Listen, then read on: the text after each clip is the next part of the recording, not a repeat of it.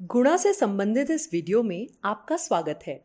हल किए जाने वाला सवाल 2 गुणा 3 है। पहले हम यह समझते हैं कि 2 से 3 का गुणा करने का मतलब क्या है। शुरू करने से पहले एक नज़र डालते हैं और देखते हैं कि हम इकाई, एक दहाई और एक सैकड़े को कैसे दर्शा रहे हैं। 2 को 3 से गुणा करने के लिए आइए पहले 2 इकाइयाँ लेते हैं। अगर आप 2 इकाई 3 बार लेते हैं तो आपको 6 इकाइयां मिलती हैं। ठीक है, चलो आगे बढ़ते हैं। अब मान लेते हैं कि आप 20 को 3 से गुणा करना चाहते हैं। अब क्योंकि 20 में 2 दहाई है, हम इसका उपयोग दहाइयों के रूप में भी कर सकते हैं। यदि हम 20 या 2 दहाइयों को 3 बार लेते हैं तो हमें 6 दहाइयां मिलती हैं और इस तरह 6 दहाई 60 है। अब मान लीजिए कि आप 200 से 3 का गुणा करना चाहते हैं। क्योंकि 200 वास्तव में 2 सैकड़ा है, इसलिए हम इसका उपयोग सैकड़े के रूप में भी कर सकते हैं। यदि आप 200 या 2 सैकड़ों को 3 बार लेते हैं तो आपको 6 सैकड़े या 600 मिलते हैं। इसलिए 200 से 3 का गुणा 600 है। समझ में आया?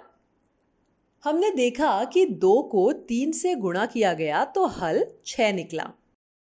उसके बाद हमने देखा कि 20 गुणा 3 का हल 60 था और 200 गुणा 3 का हल 600 था। अब आप देख सकते हैं कि जैसे प्रश्न में शून्य की संख्या बदलती है, उत्तर में शून्य की संख्या उसी के अनुरूप यानी उसी अंक से बदल जाती है। इसलिए जब 2 गुणा 3 20 गुणा 3 हो गया तो हमने प्रश्न में एक शून्य लगा दिया और उसी तरह हमने एक शून्य को उत्तर में भी लगा दिया और उत्तर 6 को 60 बना दिया। तो अब आपको क्या लगता है कि 20 गुणा 30 का हल क्या होगा? देखो, 2 गुणा 3 का हल था 6। क्योंकि 2 शून्य हैं जिन्हें प्रश्न में लगाया गया है, इसलिए 2 शून्य को उत्तर में भी लगाया जाएगा और उत्तर 600 हो जाएगा। इसलिए 20 गुणा 30 का हल 600 है।